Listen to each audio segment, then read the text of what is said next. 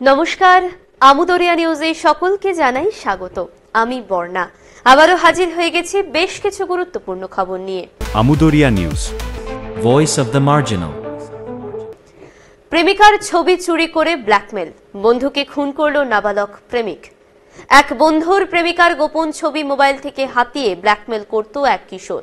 সেজন্য তাকে মদ মাংস খাইয়ে হাতুড়ি দিয়ে খুনের অভিযোগ উঠেছে এক প্রেমিক কিশোরের বিরুদ্ধে।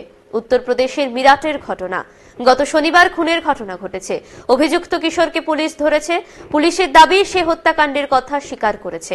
পুলিশ দাবি করেছে অভিযুক্ত কিশোর জানিয়েছে যে তার বন্ধুর কাছে তার প্রেমিকার নগ্ন ছবি ও ভিডিও ছিল, তা দিয়ে সে ব্ল্যাকমেল করছিল।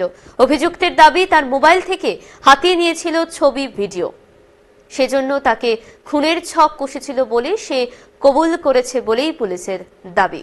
পুলিশ জানায় দুজনের একজন 11 ও অন্যজন 12-এর পড়ুয়া, একসঙ্গে কোচিং এ যেত। শনিবার কোচিং থেকে ফেরার সময় একটি জায়গায় গিয়ে তারা চিকেন খায়, পরে মদ কেনে। তারপরে অভিযুক্ত কিশোর একটি নির্জন জায়গায় গিয়ে হাতুড়ি দিয়ে মাথায় মেরে বন্ধুকে খুন করে বলেই সন্দেহ। আসছি পরবর্তী খবরে। আফগানিস্তানে এনজিওতে মহিলা কর্মী রাখলে লাইসেন্স বাতিল। আফগানিস্তানে কোনো এনজিওতে মহিলা কর্মী রাখা যাবে না বলে ফতোয়া দিল তালিবান সরকার। কোনো এনজিও মহিলা কর্মী রাখলে তাদের লাইসেন্স বাতিল করা হবে, সে দেশে কাজ করতে পারবে না। রবিবার রাতে তালিবান সরকার ওই নির্দেশ জারি করেছে। তালিবানদের অভিযোগ, এনজিওগুলোতে কাজ করা মহিলারা পোশাক বিধি মানেন না এবং হিজাব পরার নিয়ম উপেক্ষা করেন। তালিবানরা ক্ষমতাসীন হওয়ার পরে সে দেশে নারীদের অনেক চাকরি এবং বেশিরভাগ খোলা জায়গায় যাতায়াত বন্ধ করে দিয়েছে। ষষ্ঠ শ্রেণীর বেশি মেয়েরা পড়তে পারবে না বলেই ফতোয়া দিয়েছে। এমনকি সম্প্রতি ফতোয়া দেওয়া হয়েছে যে কোনো নারী যেখানে বসতে পারেন বা দাঁড়াতে পারেন তাকে যাতে বাইরে থেকে দেখা না যায়, সেজন্য সেই ঘরে জানালা লাগানো যাবে না। আসছি পরবর্তী খবরে। যৌন নির্যাতন ও মানহানির মামলায় ডোনাল্ড ট্রাম্পের সাজা বহাল।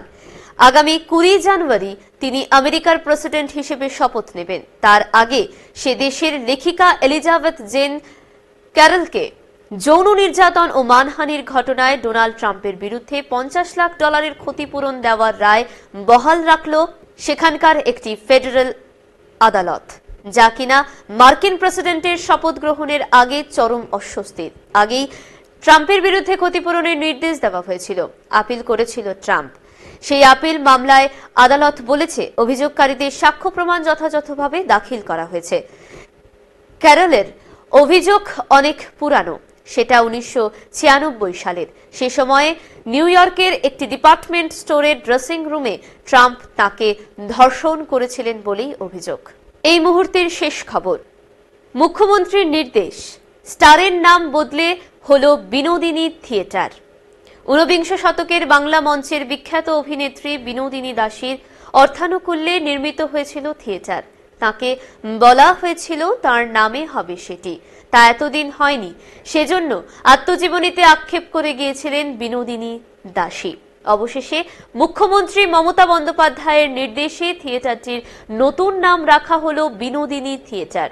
141 বছর আগে 1883 সালে উত্তর কলকাতার বিডন স্ট্রিটে প্রথম তৈরি হয়েছিল স্টার থিয়েটার।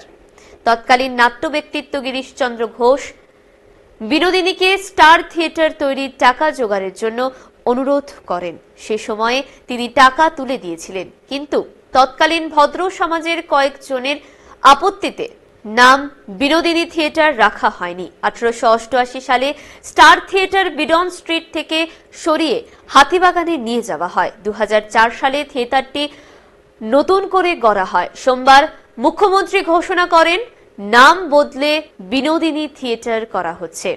সঙ্গে সঙ্গে নির্দেশ কার্যকর হয়। এখন এই পর্যন্তই। পরবর্তীতে আবার ফিরব গুরুত্বপূর্ণ খবর নিয়ে। ধন্যবাদ। Amudariya news, voice of the marginal.